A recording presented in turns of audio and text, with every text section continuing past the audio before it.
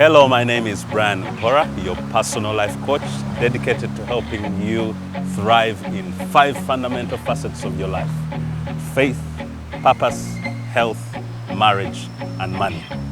My mission is to help you navigate these 5 fundamental facets, thus helping you achieve a more fulfilled and happier life. In my last video, I talked about why it is important for you to discover the purpose for your life. And in this video, I would like to talk about how you can go ahead to discover God's purpose for your life.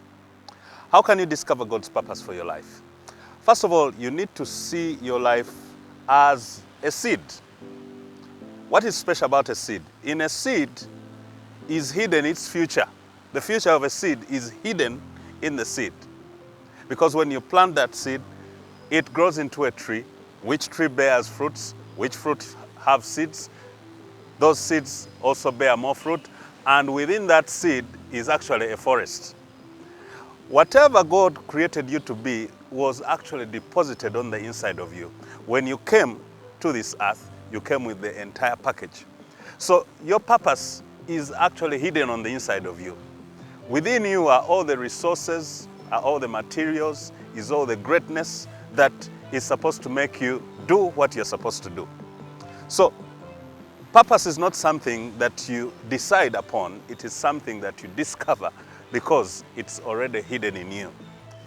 If your purpose is hidden within you, then how do you go ahead to discover it? How do you go ahead to unveil it? One way I would propose is prayer. Why prayer? Because God is the one who put whatever He put in you. So it is logical that you go ahead and consult Him. I think about Jesus in such a circumstance. He went into the wilderness and there He was praying for 40 days. I know that during those 40 days He discovered His purpose for His life because of the statement He says in Luke chapter 4 verse 18. He says, "The Spirit of the Lord is upon me because He has anointed me to set captives free, to preach good news to the poor, to open blind eyes, to proclaim the year of liberty." That is a purpose statement. He discovered it through prayer. God is the one who created your life, and whatever you're supposed to do is supposed to be revealed by Him. And God speaks. Some of us think God does not speak. He does speak.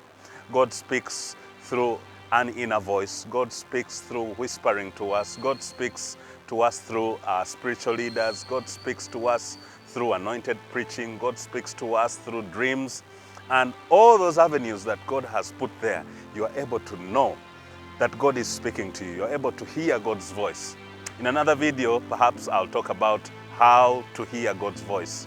But in prayer, God is able to reveal that to you. At a time in my life, I was so confused. And in those times, I took a step and I went into prayer, coupled with fasting, because fasting helps you to unblock and listen and hear the voice of God. Because the Bible tells me, man does not live on bread alone, but on every word that proceeds from the mouth of God. When you put aside food, you're giving your heart an opportunity to be able to receive the word of the Lord, to hear from the Lord. So the first way you can discover God's purpose for your life is to take time in prayer.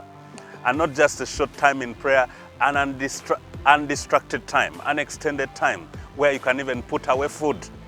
God will certainly speak to you.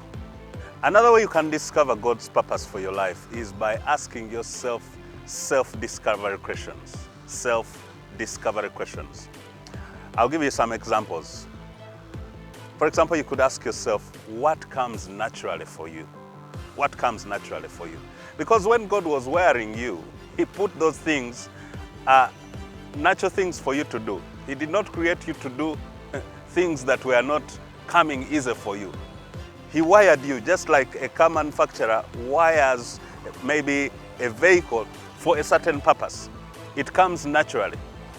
For a fish, swimming is natural. For a bird flying is natural.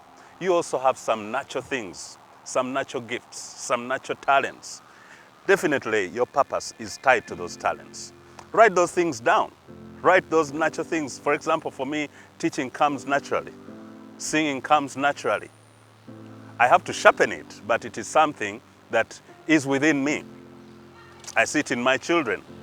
Singing comes naturally for them. Dancing comes naturally for them. So your purpose is usually tied to the things that are natural for you. Another self-discovery question you could ask yourself is, what problems are you passionate about solving? That thing that disturbs you, you're passionate about solving it. My wife, when it comes to things that are disorderly, when it comes to things that need putting in order, putting some structure, you see her coming to life. She will even ask you, how come you don't see this? How come you don't see that this is supposed to be put in order? For her, that is her natural inclination. It is something that she's passionate about. It reveals something that she was called to solve. There are certain things that disturb you. There are certain things that you cannot bear to see happen in society. You cannot bear, for example, seeing children on the street, children suffering. Maybe your purpose is attached to children. Some of you cannot bear ignorance. When people don't know, it's like me. I am always correcting people. I'm always trying to bring information. Another way you can discover your purpose is, what would you like doing even when you're not paid? For example, I'm making these videos, I'm bringing out these videos. No one is paying me. I'm actually inputting money for them to bring these videos to you. So it is because of what I know I have something that I need to bring out to people. So what is that thing that even if you are not paid, you'd still be doing? Perhaps that is linked to your purpose. That is something about your purpose that you're called to do. Another self-discovery question would be, who are your role models? Who are those people that you like following, you admire, you look up to? Their life inspires you. Maybe you're supposed to be like those people. Maybe those are your kindred family. That's your kindred family. There are some YouTubers that I've always loved to follow. The late Dr. Miles Monroe, the late Jim Rohn, people like Myron Golden, my spiritual father, Bishop Dr. Harry Morris Lukenya. There's something that I like about them. There's something I admire about their life. Maybe your giftings are supposed to be in that direction. Maybe your purpose is similar to theirs. So that's also an important question to ask yourself. Another question you could ask yourself is, what do people around you say? Your friends, those who love your well-being, your spiritual mentors, the people you look up to, what do they say about you? My bishop usually, I've always known that I am a teacher, but when I came in contact with my pastor, Bishop Dr. Harry Morris Lukenya, he always spoke to me and said, you're a teacher. You're a teacher. He always affirmed it.